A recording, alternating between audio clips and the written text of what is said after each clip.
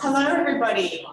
Welcome. Thanks so much for being here today. It's so exciting to have this event here in Adelaide. Today, we're really fortunate to actually have some of the top medical experts and allied health staff sharing with us the power of redox molecules and what they can do for our health.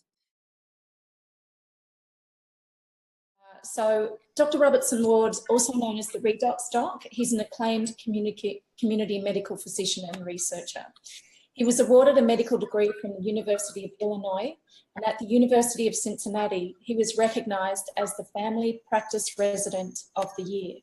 He has served in top-level positions as family practitioner and in hospitals all over Midwestern United States. Dr. Ward has directed over 15 full clinical research studies on a broad range of topics, and he has an intense interest in helping people find real solutions to their health problems. As an acknowledged expert in the field, Dr. Ward finds positive and tangible human physical transformations as he applies the science of redox biochemistry to clinical challenges in his functional medicine clinic. And this is a book that Dr. Rob Ward has authored. It's called Healthy Cells, Healthy Life, Balancing Redox for Better Health. So thank you so much, Dr. Ward. We'll hand the time over to you. Well, thanks very much. Can you hear me okay? Yeah. We can. Good. No technology issues in Salt Lake City tonight. Right. I'm going to try and open up my screen here, but it doesn't seem to be cooperating. Let me try again. No. Bart, we did this earlier today. Let's see here. There we go. There we go. Okay, very good. So I'm excited about spending a little time sharing some science with you, and it's a fun thing to do for me, and I hope I don't put you to sleep. But being that it's about 10 o'clock here, you might lose me. I don't know. So let's just dive in. Redox science has to do with the biochemistry of little tiny molecules that are produced in every cell in our body. And they're produced, as I'll talk about later, in our cells in a certain manner, and they're critical to every physiological reaction that we have in our body. And that is true for other animals and plants. So it's a broad-ranging science, and it's a fairly new field. However, truly, it is riddled with well over 160,000 studies on redox science in all kinds of journals and articles that you'll find. And so it's really not a esoteric sort of world of science. In fact, there's textbooks and all kinds of wonderful things that you can wrap your mind around to if you're so inclined. Even Dr. Watson, who was the Nobel Prize winner for unraveling the shape of our DNA, has embarked on amazing theories that he's developing about where redox biochemistry plays into a myriad of health challenges, from diabetes to cancer. And so we're all fighting challenges pertaining to oxidative stress in our physiology, and we deal with these things as best we can at a cellular level, but maintaining homeostasis depends on a balance of these molecules, and not always can our cells do that. So chronic inflammation or oxidative stress can ensue, and many health conditions, from Alzheimer's disease to Parkinson's disease to celiac disease, have their roots in breakdown in redox chemistry at a cellular level. And so, as this article points out, many major human disorders depend on redox regulations, and it is quite likely that a group of substances and the next generation of therapeutics will be coming revolving around this science, because it's at the core of our biology. So I'd like to suggest that, as this little Huffington Post made a point, there are 5 emerging technologies in science that will probably shape our lives in years to come. And these 5 include redox signaling technology. So it's not, even though it may not be part of your vocabulary, or maybe it's a part of your distant vocabulary from college biochemistry, this science has been emerging right underneath our nose. So tonight I'd like to talk a little bit about our cells and the way they react, and I'm going to use this an acronym to help us develop this concept. And so in order for our cells to have proper biology and to survive and thrive and do their work, they have to adapt and change at all times. So I'd like to talk about our cellular anatomy, mechanisms of adaptation, some redox science basics, and some practical solutions as well. So let's run through cell anatomy. Those health professionals tonight that are watching this will know much of this, but it's a rather interesting analogy. So we've got a cell membrane that maintains our fluid balances and things of that sort. The nucleus of the cell directs the cell action, and it helps to protect the DNA, critical to cell life. The endoplasmic reticulum kind of wraps around the nucleus, and it's involved in detoxification and other metabolic functions. The mitochondria in our cell anatomy are the powerhouse. They run cellular respiration, as it's called, and it is where energy is manufactured from food.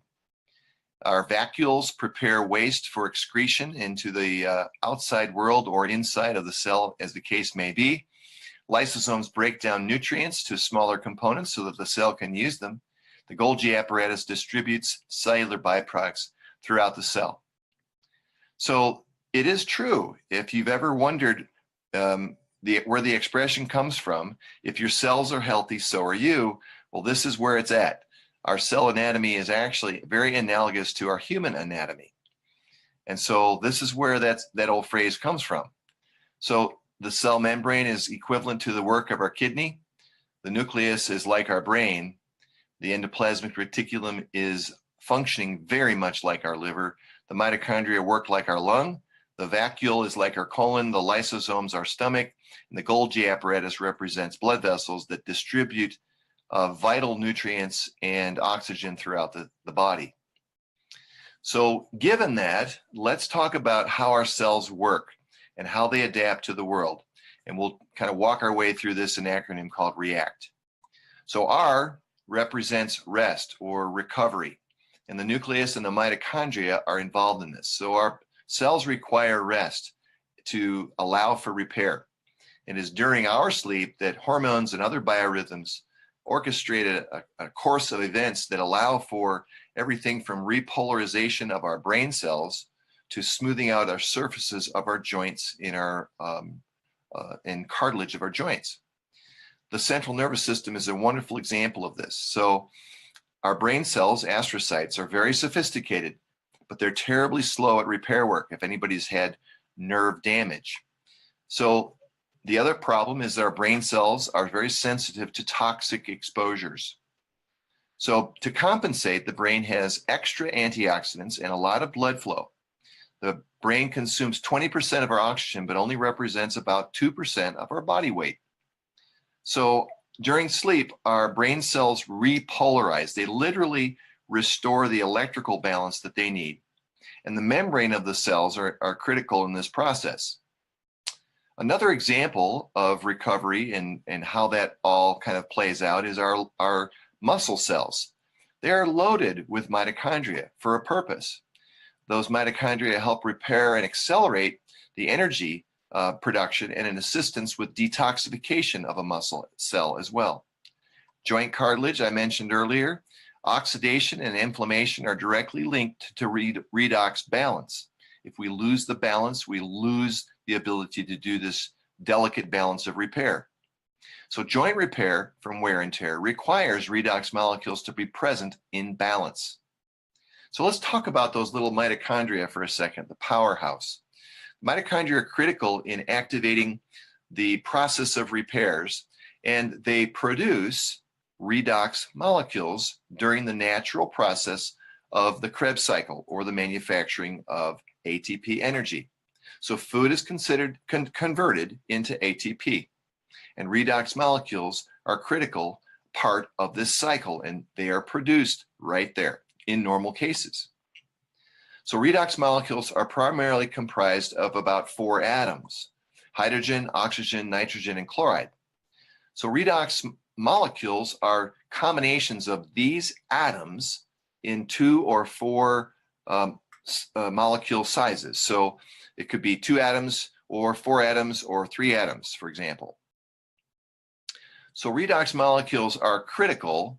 They're molecular activators of every chemical reaction in our cells. They're right at the core of activating these chemical reactions from A to Z. They're also, secondarily, a primary mode of cellular communication inside and between cells. So they activate chemical reactions and they provide avenues of communication. So there are 2 categories of actions of redox molecules. They activate the efficiency of antioxidant molecules like glutathione. So they're stopping oxidative stress and block what we like to call cellular rust.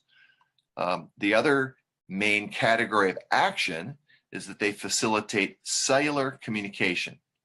So they balance our tendency to have inflammatory problems, and that is a big deal. Without them, we will die within minutes. If we didn't have any redox molecules, we would hardly survive for very few minutes. So here's the big problem. As we live and age, the mitochondria in our bodies decline in number and capacity. We lose roughly 10% of our mitochondrial density per decade of our life. And we also lose about 10% of the efficiency of the work of these little mitochondria powerhouses. So what are we going to do about it? It's a problem. And it's interesting that most all of our health problems align according to these 2 categories of actions of redox molecules, not by coincidence. So if we look at human health or lack of health, on one side we have problems that are directly linked to oxidative stress or cellular rust, where there's a buildup of toxins and the cell can't correct this. And as a result, the body has to try and adapt in some way, and we see an expression of disease, from heart disease to osteoarthritis, type 2 diabetes, metabolic syndrome, etc. On the other side of the equation is problems related to inflammatory issues or inflammation. And in this case, we see problems such as allergy, asthma, thyroid problems, autoimmune issues, cancer, and such. So we've got 2 sides of the equation. And of course, there are situations where we have a bit of a mixture. But typically, people tend to have a tendency to have more rust on one side or more inflammation on the other as they live their lives. So RE, E stands for eat or nutrition. And our vacuoles and endoplasmic reticulum and cell membrane are big time involved in our ability to assimilate nutrients. So we've got to take in nutrients as well as ample amounts of water to maintain our health. The kidney is designed to conserve or release water according to our needs.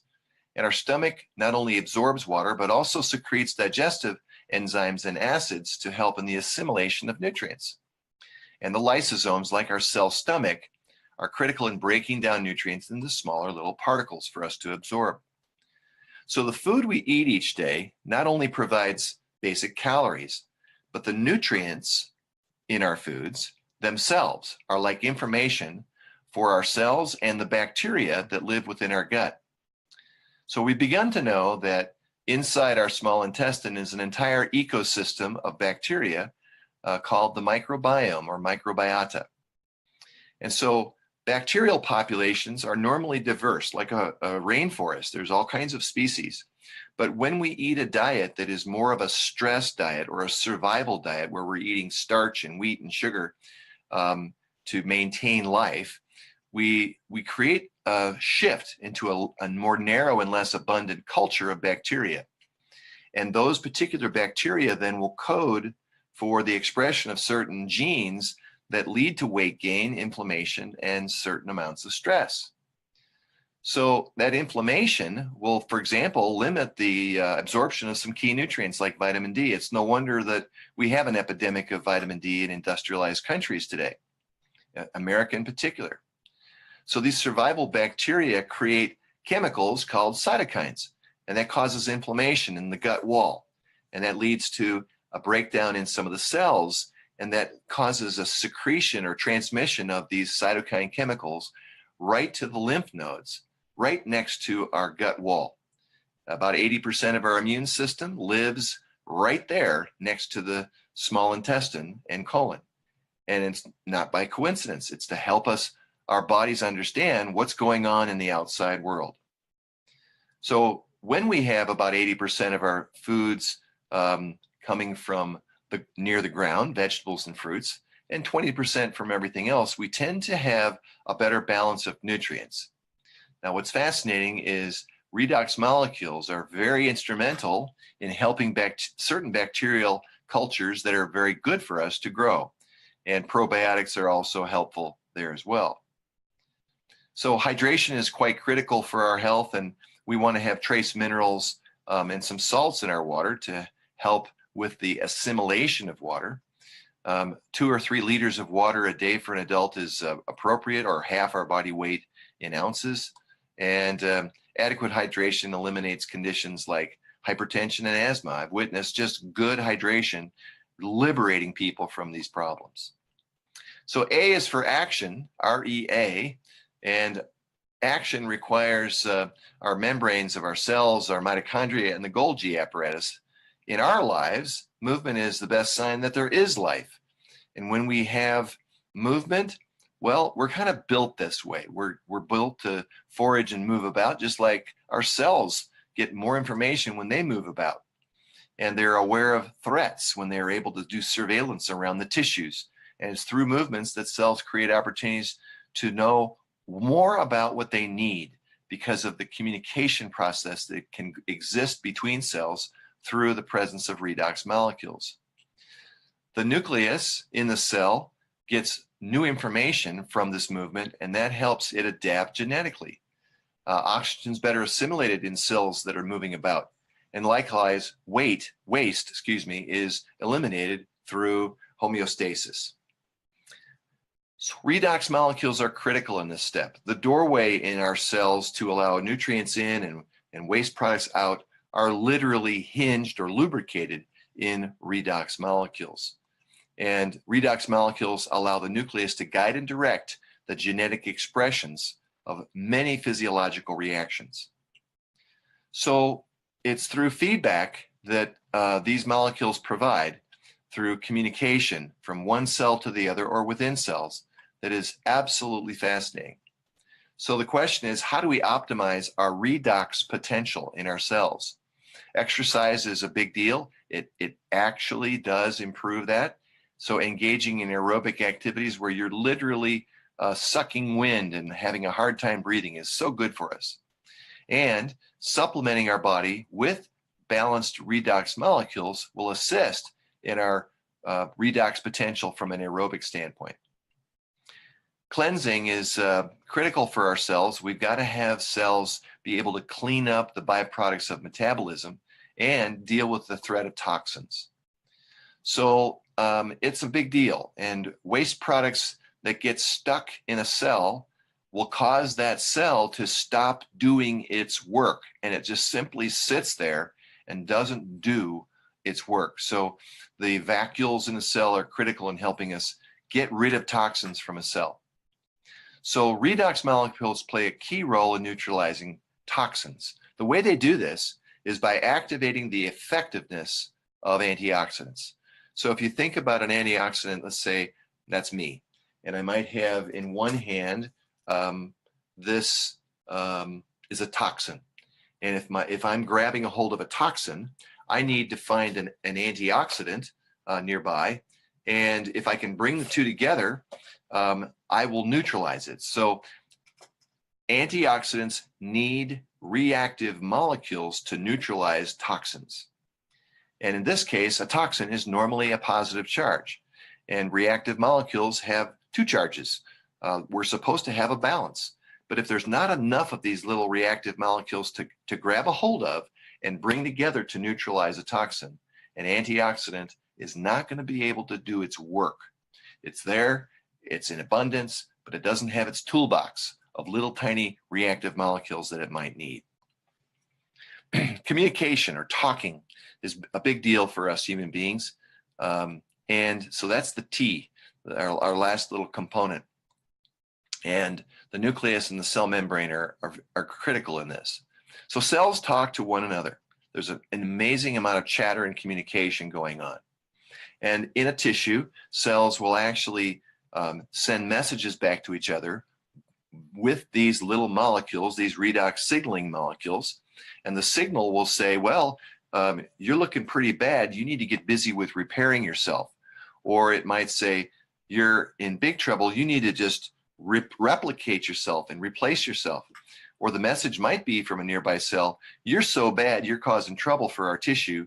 Get out of the way. We're going to find another cell to replicate and fill in your spot. So these constant decisions and communication about those decisions is critical to the health of a tissue. If this communication is not happening, your body will probably suffer serious consequences, because if a cell is out of balance and very sick and aberrant, it might start to replicate itself, and before you know it, you've got a tumor. So redox molecules are literally the messengers that are critical to communication. If I was to step on a thorn, the first thing to happen is a signal from my immune system. It's called an oxidative burst, and it will send out a signal saying there's a thorn, send out the troops, and that oxidative burst is actually a release of reactive molecules that we don't have them, we don't get the message out, we don't deal with the problem that might be happening. I want to spend a minute talking about the transcription of genes. It's a big topic today in our life. We talk a lot about nutrigenomics and the human genome, and it's everywhere. So we happen to code for about 20,000 genes that do specific coding for the production of proteins. There's a lot of other genes out there, but there's 20,000 that code for proteins, and they're very important. So what is this transcription really like? Well, think of a DNA segment. And if the DNA has to copy itself, it has to go to the copy room. And in the copy room, it's going to take a photocopy, and that photocopy is called mRNA. So that's step one. Now, the copy machine in the copy room is going to run fast or slow according to the presence of certain transcription factors. If we have a upregulation of transcription factor, it's going to happen fast. If there's not much transcription factor, the copy machine runs slowly. And that is the influence of redox biology. So we can upregulate transcription factor and code for certain DNA that we really want to be active, like a DNA that will help us adapt, or we may want to not have a DNA expressed. So 95% of our genetic material is subject to expression. Only 5% of our DNA is fixed. So most every important gene that we have, even genes that code for heart disease, are subject to switching according to the presence of transcription factor, and that is driven by redox chemistry. So then after we've got this copy room that's finished making a whole bunch of copies, we have a collection of papers. This big collection then it's all stacked up, and it represents what's called a transcriptome. And so that's the sum total of everything that's been copied. So we might have a transcript for bones, a transcript for brain cells, or something for muscle cells, and all collectively, these would be called a transcriptome. So there's a whole bunch of different transcripts that equals a transcriptome. So to sort of summarize, the mRNA leaves the copy center, goes to the ribosome house in a cell. Remember the ribosomes. And the mRNA is coded into certain amino acid chains in the ribosome house. And that's where they form these giant protein molecules. And these proteins then will express our genetic potential. So when we code for certain proteins, we'll have better digestive health. We code for other proteins, we won't. And every aspect of our health is influenced by all this copying. And what drives the speed of the copy machine is our very redox molecules. It will either upregulate or not upregulate transcription factor. Well, getting back to our job in communication, we have, as people, we have a job as being social creatures. We interact with others. And without that interaction, we just don't have much joy. So our thoughts, just like in our cells, can create beliefs. And if we think them over and over, those beliefs can create deep feelings. And these are usually led to a feeling or an impulse to take action. So if you can change your thoughts, you can change your actions. But all of this is critical in our lives, just like it is in a cellular life. And just as cells listen to one another to understand exactly how we're doing, we get feedback from our nearby cells. Our lives are influenced probably most greatly when we simply listen. And so when we have interaction with people, we live longer. Proper social interactions can extend life by way more than 10%. So REACT represents an acronym of how our cells adapt and adjust. And at the core of what's going on with these cells is these very delicate but easily influenced redox reactions. And these redox molecules even influence the expression of our DNA and help us adapt. As was mentioned earlier by the Cotters, I have a website that kind of helps people learn about redox chemistry. It's one of my passions. And feel free to visit theredoxdoc.com. There's a bunch of newsletters that I try to get out as often as possible, and there's a subscription video course series as well. I'll also mention the book that they talked about. This is a nice little summary, and it goes through a number of health issues, as well as just describing the basics of redox biology. So I hope that's been helpful, and I'm very much open to questions tonight that might be on people's minds. I know that there were some questions that were sent in, and so maybe we can go to that. Thank you so much, Dr. Ward. That was extremely informative, and we really appreciate you running through that, because I was curious as to how these stabilized molecules found you. And I was reading that in 2010, you were away on vacation in Kentucky. A friend of yours sent you a case of ASEA, and when you returned home, it was rock solid frozen. So you opened the box and you were curious about the science behind it, because you found that it was not sensitive to extreme heat or extreme cold. So that then led you into reading Dr. Gary Samuelson's book, The Atomic Medical Physicist Who Stabilized These Molecules. And you were really interested in the molecular biology, I guess, behind that. And so it was just fascinating to know that that adventure in that beginning really led you to getting back into marathon running, where you did a jig in the kitchen the day after you ran a marathon because you felt so good from your recovery, and you haven't stopped taking the molecules ever since. And that was, 8 years ago now. So if you'd like to explain that story or share any more insights, I think that'd be really helpful. Well, okay, so I'll kind of switch to talk a little bit about the ASEA technology. And so it is the only source that I know of on Earth where you can actually find balanced redox molecules for consumption. And so I was fascinated with this science, and all of this biochemistry evolved way underneath my radar as a practicing physician. But as I looked into this, it kind of made sense.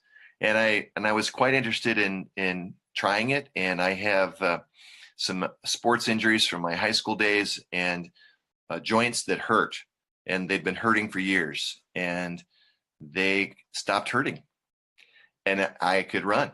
And it was remarkable. I mean, I've done a lot of things to help these sore joints, and I'd had some results, but I hadn't gotten deep enough in that physiological process to just activate that full potential. So yeah, these joints still have challenges, but they don't hurt, and they're not falling apart as I continue to be active and participating in backpacking trips and running and stuff like that.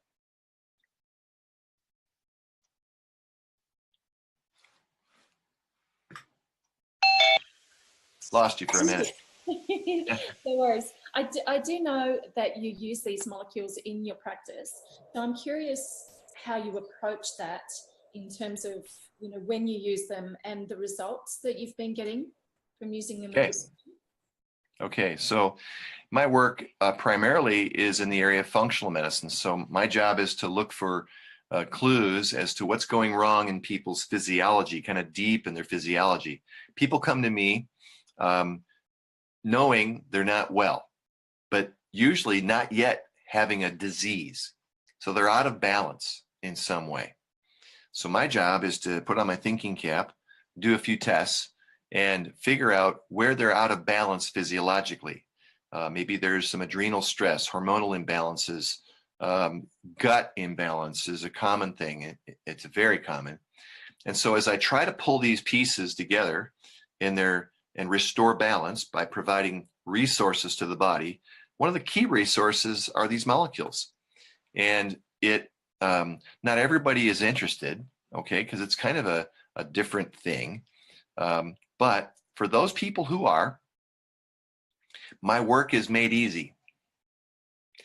They get better more easily with a shorter period of time. And that has a way of saving them financial resources. And so for those that have a mind for this sort of science and just kind of fascinated with what might be possible for their health, they'll take to this. And as they do, my work with other, nutrients, hormones, bioidentical things is much easier. That makes a lot of sense. Thanks for sharing that with us, because the next question that we've had put to us is, are there any health conditions or challenges in particular that you would not use these molecules for? No, because here's the way to think of this. These molecules are native to our body. We're not taking a supplement that comes from somewhere in nature. They're actually normally made inside ourselves. So when we consume a balanced source of these molecules, our body goes, wow, there's me. There's some of me. There's more of me. I'm so happy to have these molecules back. And it knows what to do with them. So whatever stressor we're dealing with physiologically, when you get to the headwaters, so to speak, of where our body is operating physiologically, everything kind of downstream from redox chemistry will be enhanced. And the other beautiful thing is that as our body is seeking to work together, our different, our adrenal system and our pituitary and the structure of our body, other functions, when the body's trying to kind of pull it all together and work in a synergistic way, when there's proper communication, everything works so much easier. So I've not yet found a condition that would be contraindicated. I know of no certain medication that would be not allowed to be taken in conjunction with something as basic as redox molecules. So essentially what I'm hearing is safety. These molecules are safe. Yeah. And it is remarkably safe. I know of no adverse reactions. If it's something from nature, you could be allergic because it's a foreign substance. This is not foreign. It's native and it's unique. One of the ways that I have experienced this, to know that it's a native supplement, is the flavor. the flavor of this product varies from person to person, your experience. And so after you've been taking it a while, my experience is that the flavor becomes kind of bland, where in the beginning it might be more pungent, okay? So as it becomes more bland, it's an indication that my body is more in balance. So what's happened on occasion, I picked up a germ from grandkids or from somebody at the office, and when I get sick or ill and I have a fever, the flavor goes back to really strong. Now, the product didn't change, but my ability to perceive the difference between the balance in the product and my imbalance in my body is recognized by my olfactory cells in my brain and my nose. And so as soon as my fever breaks, the flavor goes back to bland again. That could only happen with a native health supplement. It would be impossible to come from some other kind of product. So that's kind of how you know it's just part of you. I know I was reading when you first tasted the molecules, you had said that it was exactly as you imagined it would be when it comes to cracking open a cell and just like a lemon squeezing the contents of the cell into a glass as well. So I know that definitely didn't surprise you in the beginning because of your knowledge already about the body, biochemistry, etc. So that was a really great suggestion because obviously a lot of people don't like the taste and a lot of people don't notice it. So thanks for the description there.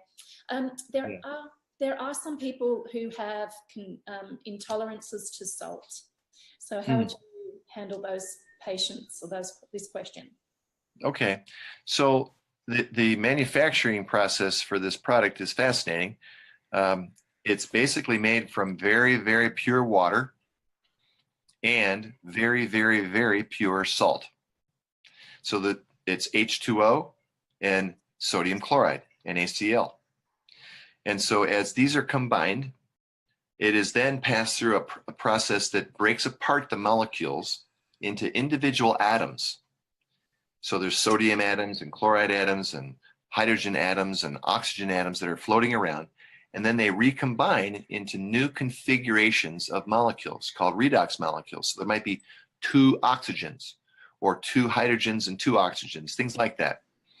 And so what is interesting is that when we consume this product, it is stable. It's remarkable that it could even be stabilized. And when we consume it, it has a way of staying in balance long enough for it to reach the part of the body that needs the molecules. Now, they do that by creating a matrix, so to speak. And part of the matrix is the presence of a little bit of sodium. And so the amount of sodium is minute. In 4 ounces, there's about the same amount of sodium as you'd find in a slice of bread. So people that are on restricted sodium diets and things like that need not worry. They're not going to be drinking enough to matter. If your doctor allows you to have a piece of bread or 2 a day, you're good to go. So it's very tiny amounts. And it doesn't lead to any problems with our health at all. It's just there to keep it stable. So it has a long shelf life. Right. And I mean, it's amazing really how stable it is given how bioactive it is in the body. And we've been chatting about consumption. Are there other ways to apply the molecules? Well, there is a product that you can put on your skin. And it has a little gel that allows it to be able to place the redox molecules on our skin. We absorb it that way as well. And it's remarkable how well our skin is a conveyor of redox molecules. Our skin is very hydrophilic. It loves water, doesn't love oil. And so it just soaks up the water, and the redox molecules that are have different names are very much like water, and it just soaks it up. And so the skin cells and the internal tissues will take advantage of those molecules because they'll reach sometimes great distances just from topical applications. Well, we heard the one claim that Dan Doyle made earlier, that he's more attractive now. He's no longer ugly. Yeah, so we know that that's definitely from the application of these molecules. Salt and water does not do that alone. Yeah, so, that's right. so you probably hear this question a lot, and it comes down to dosage requirements. So as a medical doctor, in terms of how do you monitor that, and what sort of recommendations do you give to your patients that you can offer as advice to the health practitioners? One of those might reflect the age of the person, but also just what state of health that they're in too. What would you say? Okay. So here's what happens. Remember, this is a consumer health aid. We don't really dose it, and it doesn't require a specific dosing necessarily. Many times people have an intuition about what to take, but it boils down to this. If your body is well hydrated, if you've got plenty of moisture in your body, then as you are given this new resource of balanced redox molecules, your body will then make some decisions. And it says, okay, to-do list, check 1, check 2, check 3. And it starts going through a checklist of things it wants to work on. And the repair process will begin. Your capacity to do repair work is determined by your nutritional status. It's determined by the age of your body, how old you are. It's driven by how thirsty your body is for balance. And it's the opposite of the medical field. When I think of a conventional treatment for somebody with pneumonia, they're going to if they're really sick, they need massive doses of medicine, right? Because they're super sick, they need massive doses. When people are deficient in health and they are lacking redox balance, their redox potential is very low. It doesn't take much of any amount of the ASEA product for them to feel a replenishment. It's kind of like the guy in the desert who just needs a little ounce of water, and it's all of a sudden he's rejuvenated. Our cells will really make use of these products, and our bodies are wise. It knows where to use them. So I like to tell people to begin with 2 or 4 ounces twice a day. Drink a lot of water to help with the cleansing process as you start to get well, and adjust up or down according to how you feel. If you're feeling a little toxic, then adjust down. If you're not feeling much change, you could adjust up a little bit until you start to notice shift. The shift is in your cellular repair. And so the symptoms of shift would be better sleep. Oh my gosh, we sleep like a baby when we have the right balance of redox potential for our brain cells that I talked about earlier. We notice that our digestion is easier. We notice that our recovery from exercise is much more efficient, and we don't get as sore. Our muscles just don't ache as much after a good hard workout. We'll notice that joints and aches and pains that we kind of all have if we've lived long enough and played hard enough are just not as tender and sore. And so we kind of can benchmark. Even mental clarity or focus is very quickly adjusted as your body starts to get the cobwebs out and detox and, kind of clean up your thinking. And so those little benchmarks are helpful in recognizing your old, healthy, familiar self kind of coming back into play.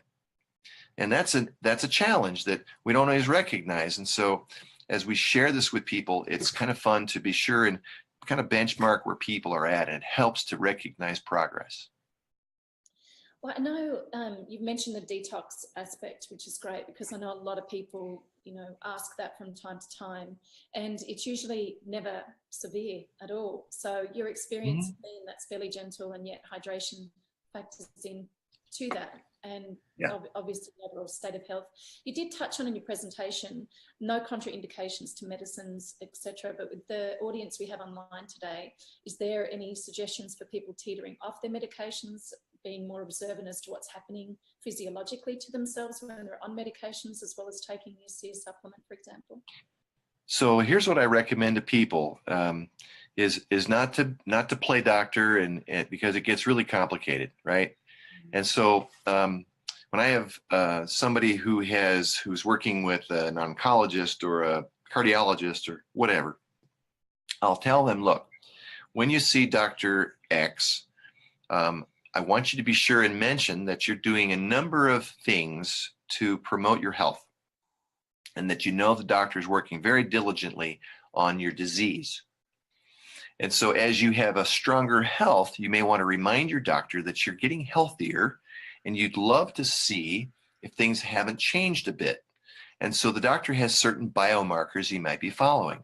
It might be your LDL cholesterol level. It might be a SED rate. It might be something else. And so as your markers for the process of recovery from a disease condition improve, then the doctor will say, well, isn't that interesting? That's not supposed to happen. Maybe we should rethink this. And your next comment should be, well, maybe we can cut down on some of the treatment I'm getting so that my body can just move forward on its own. So it's a step. I think that we just, as we begin something new, like the ASEA product in your life, you want to keep as many variables fixed as possible at first. Don't change too many things at once.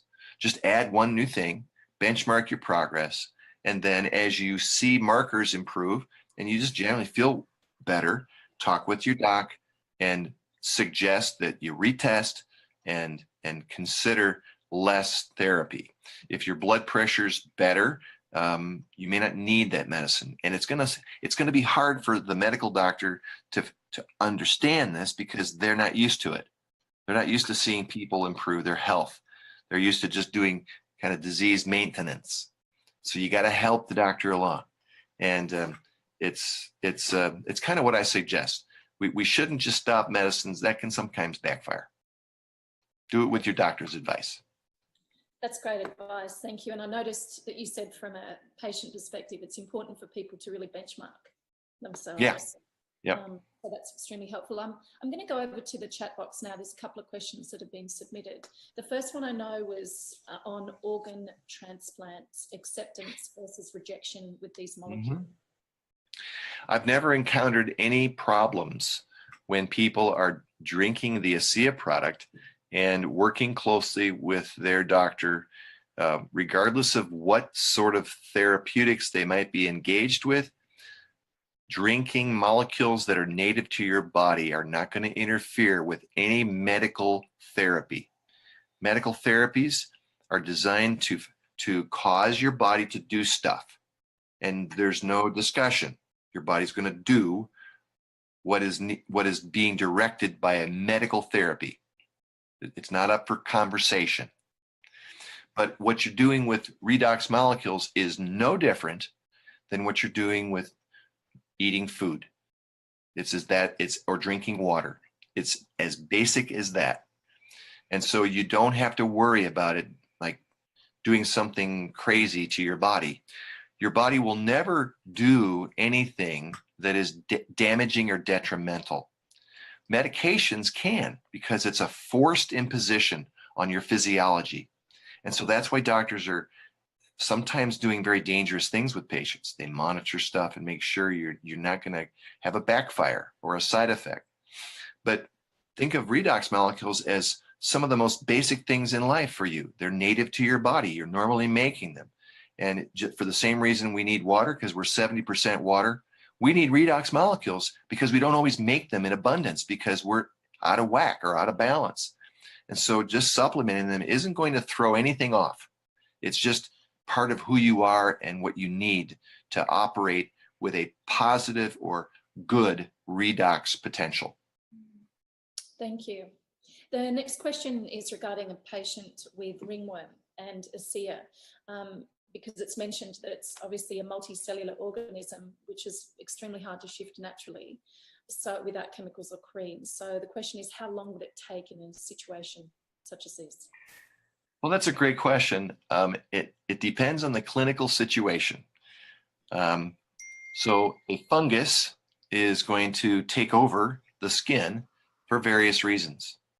And one of those reasons may be that there's not a balance of bacteria to compete with the presence of the fungus. So there's a deficiency of balance already present, perhaps. And so if the conditions are right, we oftentimes see that these little molecules can assist in restoring the right kind of microbiota that live in and on our skin. Just as the same way the microbiota that live in our digestive tract is so critical, all right? And so the presence of the right balance is driven by our food intake. And what's interesting is that when our gut is okay, so is our airway, our mouth, and our skin. They all kind of share the similar germs environment. So you got to take care of the whole picture. It's not just a focused therapy. Many times we think allopathically. You have high blood pressure. Well, you need a high blood pressure pill. That's an allopath approach. But when I think of skin conditions, it isn't just like, well, you need to do this then. It's like, well, what led to that skin condition? What's wrong with the balance of things? And maybe that's where we should work first, and then maybe create some symptomatic improvement. The application of ASEA topically is absolutely soothing and restorative to the skin. It feels so good. And there's nothing wrong with that. But at the heart of the matter, at the root of that fungal infection, a yeast or whatever it might be, then you may want to go a little deeper and look for what led to that. And then you get a real result. Long answer to a short question, sorry. No, that makes a lot of sense. Thank you. We have a question that's come in terms of success for you treating potentially patients with Alzheimer's, particularly YOD. So I know we're naming conditions as such, but what's been your experience with ASEA with these molecules and Alzheimer's disease? Well, I need to be careful not to really refer to a specific disease in conjunction with the ASEA product, because it's making a claim that is really not fair. All right, but if you think about cognitive decline, okay, of whatever kind. So we have people today, we have kids that are not able to focus in school, and their cognition is impaired. We have adults that are so stressed out and are so sleep deprived that they're falling asleep at the wheel or cannot think and remember nouns at work. And then we have people who are older who are experiencing cognitive decline at a alarming young age, really, that is not reversible. Okay, so cognitive decline is essentially brain cells that are not able to produce the right neurotransmitters to send a message to the next nerve cell. So it's a failure to communicate. All right, and that can happen because of a list of problems that are wrong in the body. But I will tell you that at the heart of the matter of communication in our nervous system, as was in my presentation earlier, is the very production of neurotransmitter chemicals and the transmission and recycling of those chemicals. All of that is driven foundationally by redox chemistry. It's at the core of every thought we have. And so providing a resource and balance is critical. Yes, these molecules can travel right across our blood-brain barrier, but so can toxins that come from those cytokines in our gut. So we got to be careful. It's not about just this for that. It's a more of a, we have to look at ourselves as a system. And oftentimes, some of the first places I witness people to experience a benefit from drinking ASEA is in their cognitive changes. They notice their mood is better. They notice they're thinking, their anxiety is less. And this can happen within seconds of consuming just an ounce of ASEA. They just notice that they're thinking better. And I've even witnessed that from people applying the topical product, the Renew product, to their face. Where does the drainage, the veins and lymph ducts from our face goes directly to our brain. That's why an infection in your sinuses can really be damaging to your brain if you're not careful. So anyway, cognition is greatly impacted by redox chemistry. And when we have a balance in our redox potential, we really help in the production and the recycling of our neurotransmitters, the very chemicals we think with. Thank you. I know as I cycle through some of these questions, there'll be a lot that contain people wanting to know experiences with specific medical conditions. So to extrapolate what you just said in terms of the answer, when it comes to cells being involved, these molecules are going to have an impact. So I'd like to go to the questions where it has, this next one I'll just read word for word. If the cellular redox potential is basically the body's ability to deal with stress, oxidation, and antioxidants, can we create disease inadvertently by making lazy cells without enough hermetic stressors by supplementing prophylactically? Great question. And that required a good deal of thought. Can you create a weakened state, or is there a feedback loop that exists where if we're providing these redox molecules, our body's not going to generate them on their own, right? So the answer, it's impossible. And the reason why is this: our body will never, ever be influenced through the presence of some external source of redox molecule supplementation. The reason is because of where they come from. These molecules are made in the mitochondria, and they're created in the mitochondria in some cells, 1 million redox molecules a second. 1 million molecules a second in some cells. And then they get used immediately 1 million times a second. It is such turnover, all right? Well, how does this happen? It has to do with our mitochondria. So if we ever were to stop creating energy, we would die. So we're never going to stop making redox molecules because they're simply a product of creating ATP. Are we ever going to stop making ATP? Never. So just because you're drinking plenty of ASEA and have this wonderful redox potential doesn't mean you're not going to be creating an abundance of your own. Well, what if you get too many in your body? What happens? They get reconverted back into good old saline, and our body's loaded with saline. So you don't have to worry about overconsumption, and you might worry about underconsumption if you really need these molecules. And my experience has been people have an intuition about this, and they're drawn to these little molecules. So are animals. Animals are not afraid to drink this. They love it, and they know it's kind of an instinct that it's good. We've definitely had that experience at our place. You can't get lazy production of redox chemistry through a negative feedback loop. Doesn't exist. So we're good. Perfect. Thank you.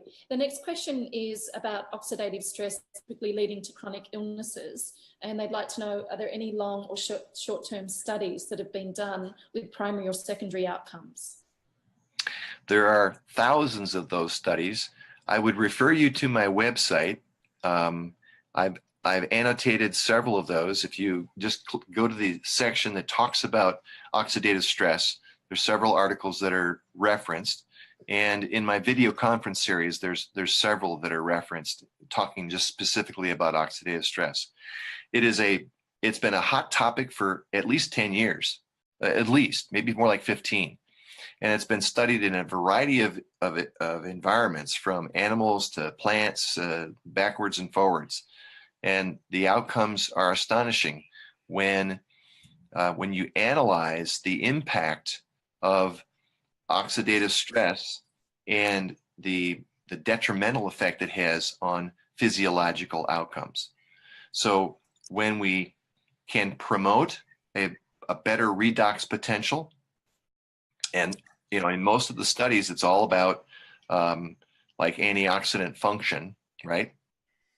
And when we have the presence of antioxidants taking care of our cells, the question is, what's going to cause the nucleus to produce more antioxidants? It's all driven by transcription factor and this coding of genes and replication. All of that is upregulated by the presence of a balanced resource of redox molecules.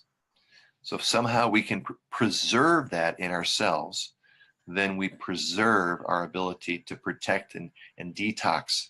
And that is integral in preventing cancer. It's integral in preventing premature aging and breakdown in our physiology. Thanks, Dr. Ward. I know that we have another schedule to continue on with, and you've been so generous with your time. So my apologies to the people who have submitted questions in the chat box we haven't got to.